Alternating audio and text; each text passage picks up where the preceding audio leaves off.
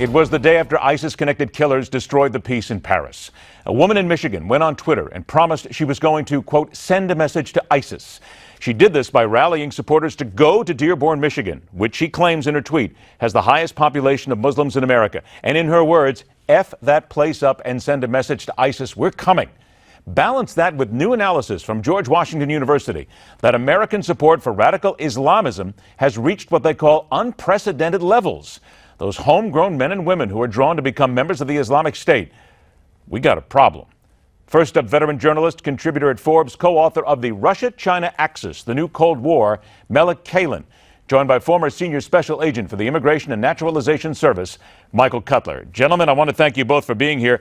Mike, I'm going to go ahead and begin with you. And we talked about this George Washington University study. This is frightening. They're calling it unprecedented levels. Is it not fair to say that homegrown terror here is out of control? Well, we've got to be careful with that word homegrown. You know, they called Faisal Shahzad, the Times Square bomber, homegrown. He came here at age 20 on a student visa from Pakistan. In fact, we naturalized him just a few months before he tried to kill lots of people in the crossroads of the world. The article said that this was primarily among citizens and resident aliens, which means the immigrant community. Now, I'm not trying to cast aspersions against everybody who comes here, but my concern is that we are bringing in people from parts of the world where there is high levels of sympathy and support for ISIS already. We need to be very careful. I'm not looking for a religion test. You know, it was easier with the Germans. I guess it was about a nationality. This is about religion, and of course the First Amendment is about religious freedom. But please understand that when people come here from another country, they're not homegrown. Melik, is that really what we need to do? Because whether you call it Islamism, when you call it Islamophobia, whatever you want to call it, but we need to take a step back, yes, and realize that we've got to separate them. If they're here, we must find them while at the same time not sending a message to go out and kill anybody else who might own a store or might just be living in peace in a city. Yeah, you're absolutely right. I think actually it's time that we all have to start making hard decisions and looking at ourselves in the mirror and decide what exactly we are ready to, what level of discomfort we're ready to live with.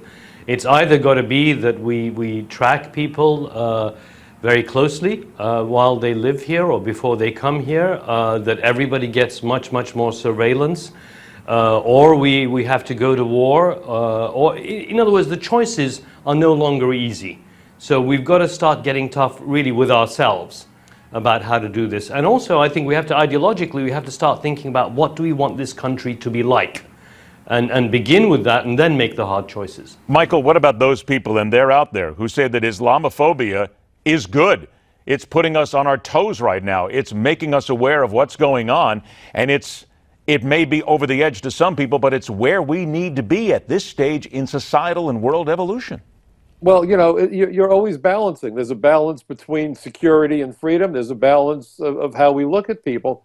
But, you know, one of the things that's not being done, and this is so critical, and, you know, I spent half my career with the Drug Task Force. I've arrested terrorists in my career. We need to reach into the immigrant communities throughout the country, enforce the immigration laws when people are here illegally, work with them, take opportunities to create informants who can become our eyes and ears and warn us about those people who truly pose a threat to our safety. But let me ask this for a minute, if you will, because I got to stop you there for one thing, because how do we then go into those communities when those communities don't trust us now with the Islamophobia that is being ratcheted up by our politicians?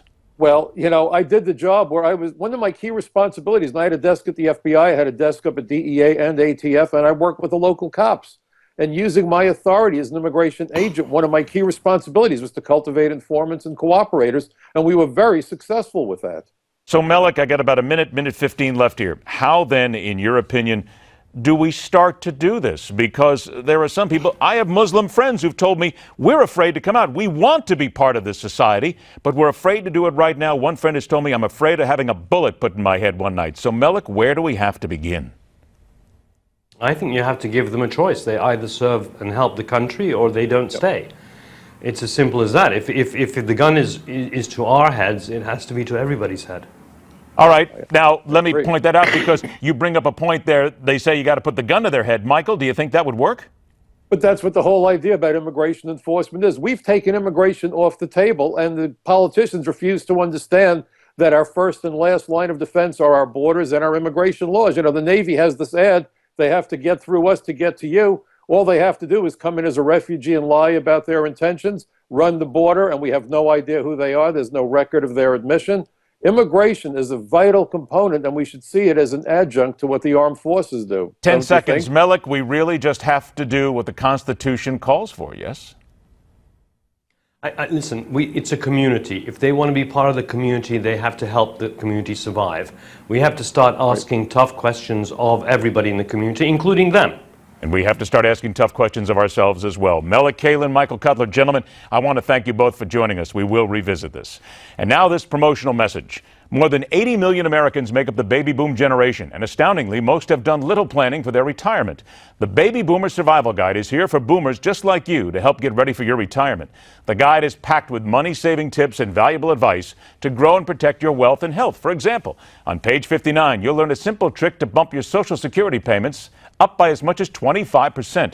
On page 83, you'll discover the 5 best states to move to with low taxes and fantastic health care.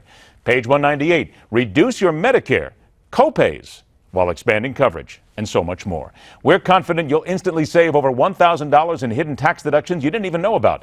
The baby boom generation can thrive in retirement, and this survival guide explains how. It's available on Amazon, bookstores everywhere, but Newsmax has a great free offer for the Baby Boomer Survival Guide right now. Visit the website on the screen or call us toll-free at 800-779-5682 and check out the free offer. 800-779-5682. You have nothing to lose, and you could profit big time. Stay with us.